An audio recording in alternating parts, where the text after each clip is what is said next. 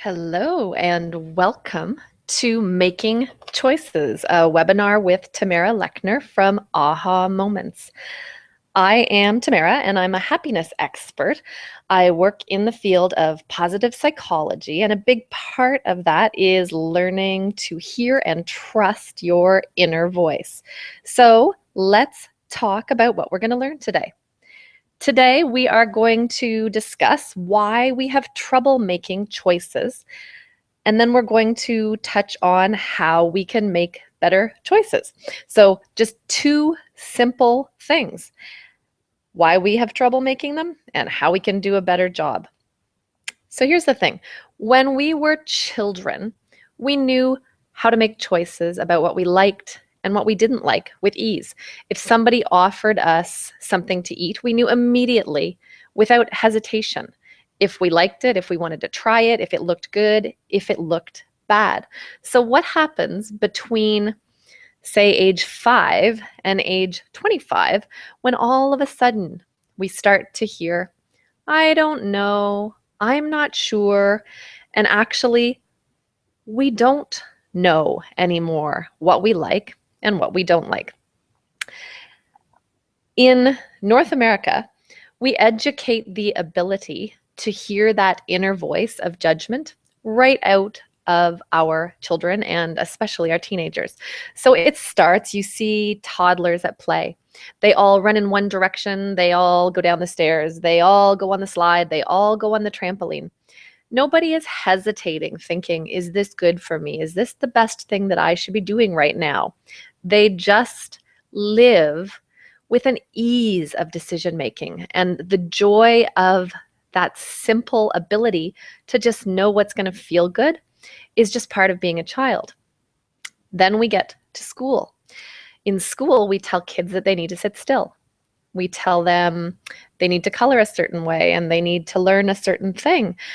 And eventually, children start to believe that parents and teachers and adults know more about what's right for them than they actually know themselves. So if I ask my 8-year-old son if he would like to hold still while he is doing a spelling test, or if he would like to be standing up and moving, he's going to tell me that he would like to stand up and move. And yet our society tells him to sit still, that that's the way you're supposed to behave in school. And this happens for years until eventually the thought process that we have on an internal level is, maybe I don't know what's best for me. And after we repeat that process for so many years, we start to believe, maybe I don't really know what's best for me. So then we hit teenage years. And during the teenage years, we're surrounded by peers, and it is so important for us to feel accepted and socially involved with that peer group that sometimes we will say we like a certain type of music, or we are into the arts when actually we're more into sports, simply to look cool in the eyes of our friends. So not only are we not speaking our truth, but we're actually trying to convince ourselves that we are different than we are in order to fit in. So again, we do this for years and years. We push down that inner voice that tells us what we want, what's good for us, what we like, and we listen instead to what experts are saying, what teachers are saying, what parents are saying, what religions are saying, until we can no longer hear that inner voice at all when it comes time to rely on it for making choices. So someone says, we need a new paint color. We've got paint chipping on the outside of our house. What color should we paint it? And you are frozen, having absolutely no insight whatsoever as to what color you think looks better or why you would choose anything in the whole color palette. We don't trust ourselves. We don't think we have the right information to make the decision. We don't think we have the right to make the decision. Or, this is a really common one, we make a choice, but then after we've made that choice, we second guess it. Do any of these things sound familiar to you? I think that they're very pervasive in our North American culture. People have difficulty making decisions about where to live, what to eat, how to dress, how much money to save for retirement, where they should go on vacation. Sometimes the interesting thing is that people can make really big decisions with ease because there's a sense of urgency. And it's the small things like, what color shoes am I going to wear with my jeans? Or should I put on flats or sandals? That really throw us for a loop.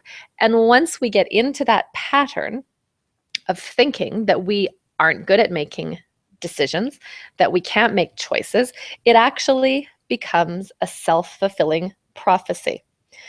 A great quote about choices is, we make our choices, then our choices make us. And this is really so true, that once we make choices, we are deciding how we're defining ourselves, really. Another challenge that can come up is sometimes there is not a better choice. So in matters where it's really a choice around discernment, discernment isn't knowing the difference between right and wrong. It's recognizing the difference between right and almost right. So we get really into our heads about how we're going to make these choices and if we've made the best choices. And eventually we become entirely ineffective at knowing ourselves and knowing what we want. So there's the problem. How do we fix it? We need to get our self-trust back. We need to examine our choice-making pattern. We need to see if we are decisive or indecisive, if we are intentional or if we just jump with whatever seems easy. So we need to make our choices with a much more conscious mindset. We need to be mindful when we're making choices. Deepak Chopra says, you cannot make positive choices without an environment that makes those choices easy, natural, and enjoyable. So one of my first steps that I recommend when you're going to make a choice is that you check in with your physical body and see if you are feeling comfortable. This is a habit that I think we should get into across the board, not just when we're making decisions, but on a regular basis, just checking in to see how our body feels. If we're feeling tension, if we're feeling fatigue, if we've got that fight or flight stress that's making your heart rate and your pulse go crazy. And the reason you want to check in on this is when our body goes into that fight or flight reaction, it releases all kinds of chemicals that impede our decision-making ability. So we really need to check in with our body before we're going to make a choice and think, okay, am I feeling comfortable right now? If you're not, spending even 90 seconds trying to just breathe and relax will help to stop the flow of those chemicals that your body has released, indicating that you're in some type of dis-ease or danger or something is going wrong. And as you feel your body relax and you feel those chemicals start to dissipate, that's an indicator that your brain is ready to deal with decision making. It's almost like an on-off switch, that when we have that fight or flight reaction going, we are just less capable of choosing wisely. So that's the first thing. Check in with your physical body. Second thing, you want to think about the choice and your timeline for the choice. Some choices don't need to be made quickly.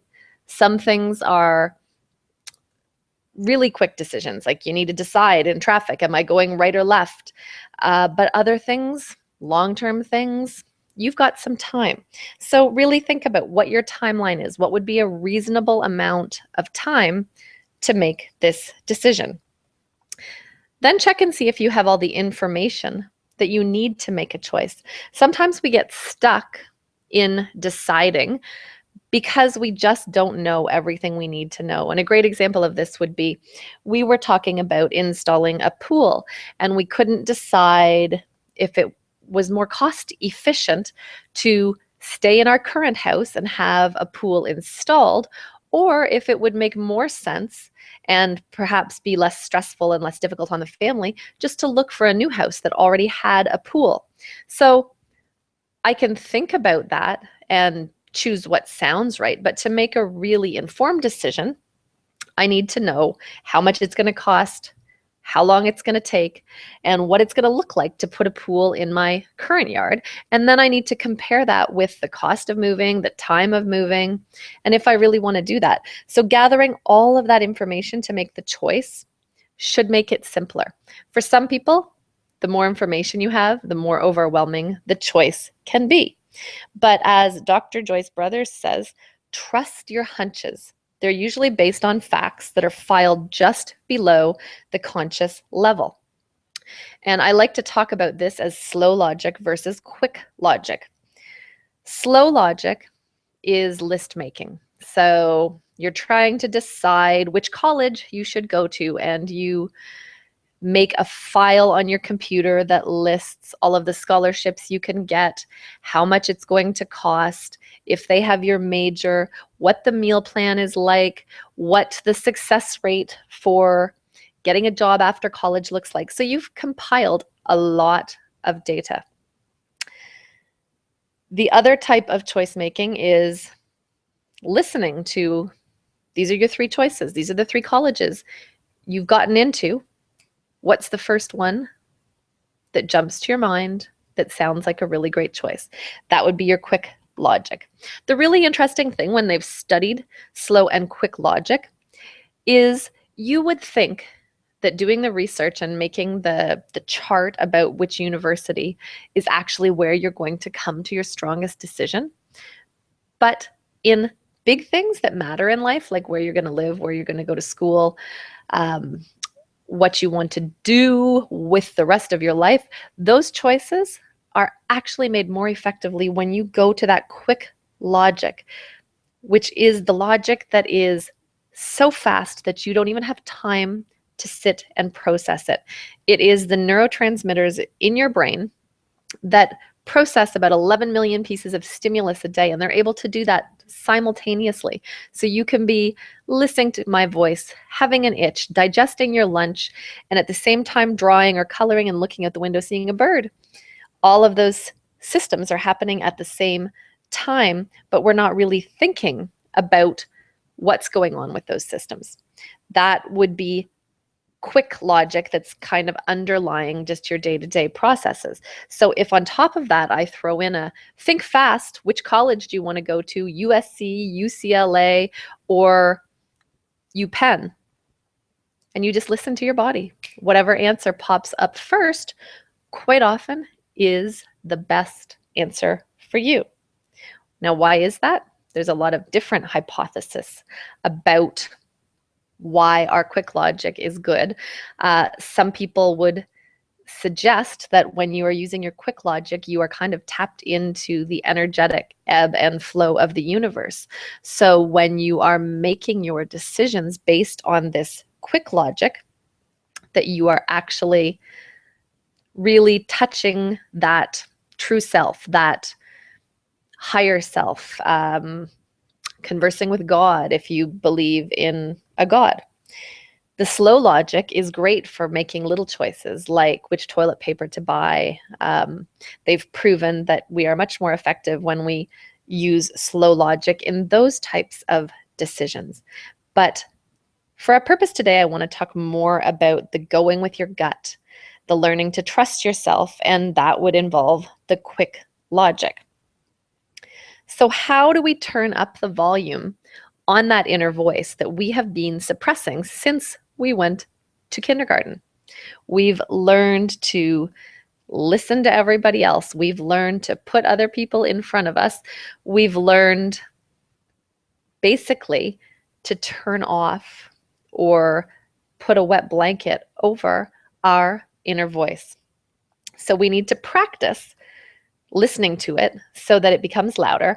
And what we want to create is like a virtual dimmer switch on this inner voice so that when we have a decision to make, we can go over and turn up the volume on that inner voice, and it will give us a fast route to the best decision that we could possibly make.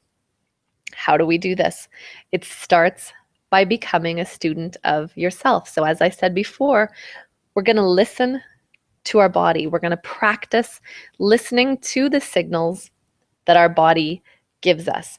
We're not going to insert any judgments around the signals that we're given. So for an example, if I go to a dinner party and I don't know very many people at the dinner party, an exercise that I love doing is just looking around the room and seeing all of the different people and doing a really quick judgment about, would I like to spend time with this person or not? There's no reality basis to this. It is my opinion. It is just my judgment. But I'm just going to practice and say, oh, yep, I like him. Nope, I wouldn't want to spend time with her. When you start to tap into this system and listen to it, the neural pathway actually gets stronger. So the more that you use this type of quick logic, the more easily you can access it in times where you need it that are more important. So practicing when you're at a restaurant, instead of just ordering what everybody's ordering, what do I really want? And trusting that whatever your body says it really wants, that's the thing, the perfect thing for you to order.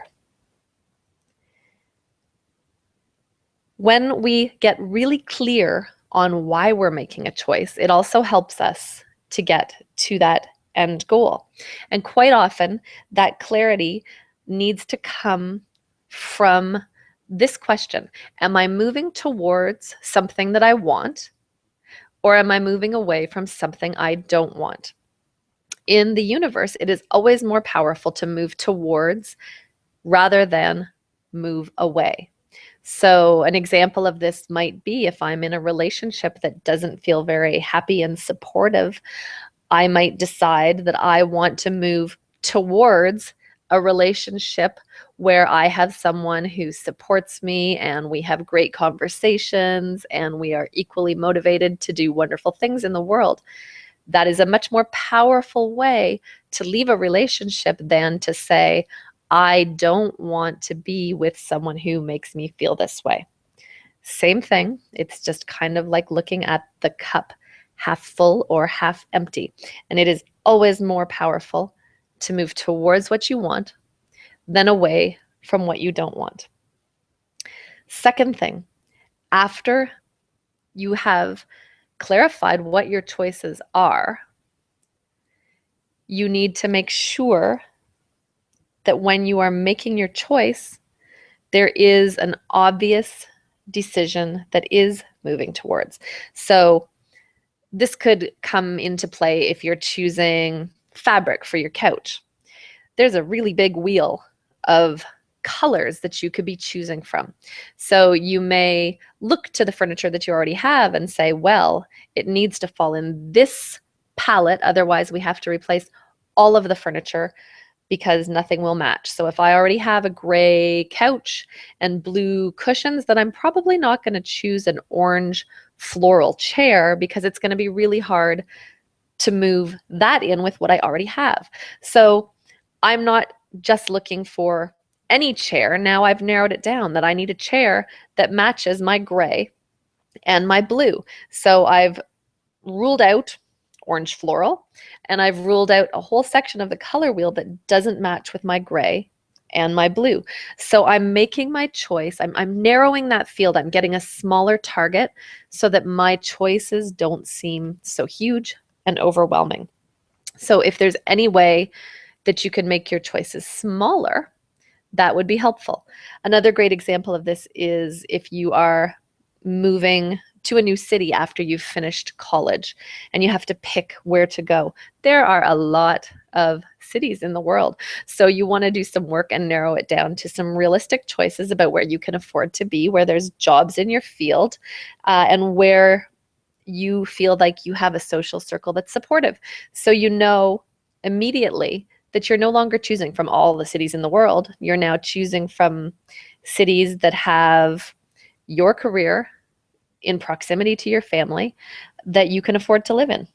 So again, it's getting this thought process going that allows you ease because you've ruled out many of the choices that may be perfectly great choices, but they're not the right ones for you.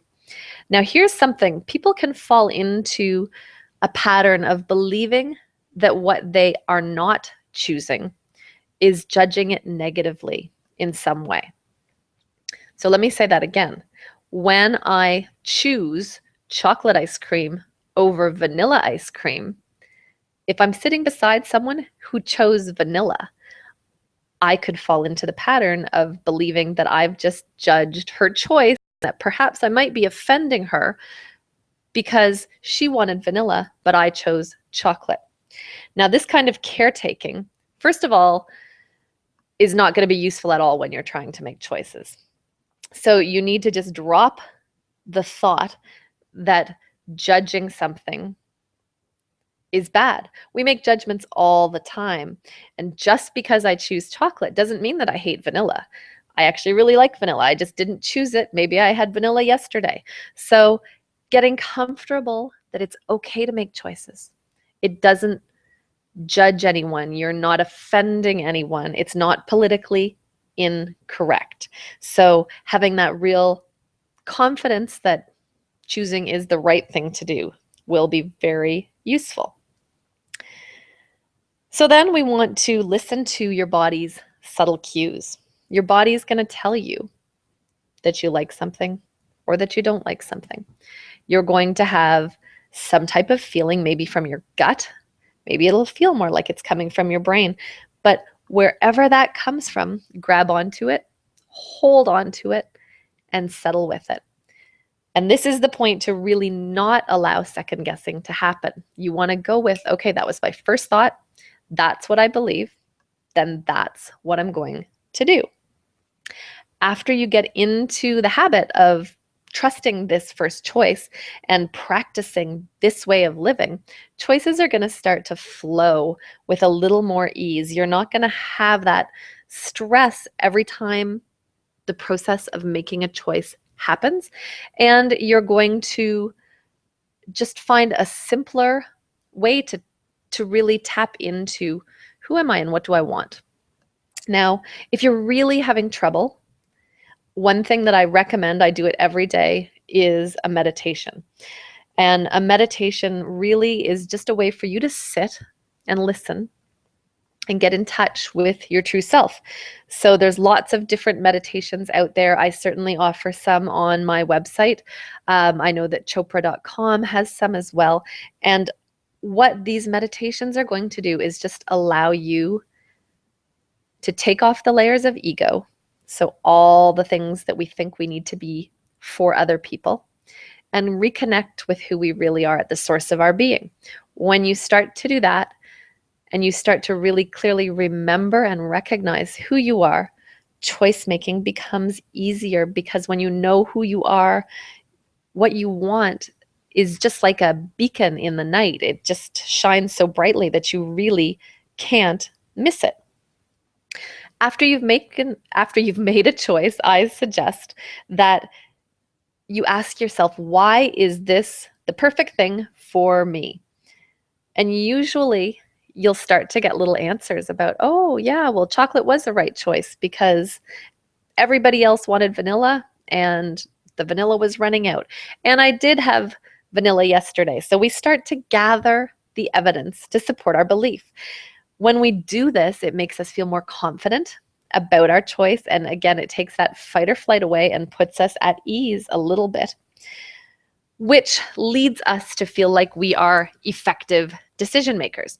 Again, if you're someone who can't decide whether you're buying tulips or roses, whether you're buying white bread or pita bread, we need to start at the really simple level.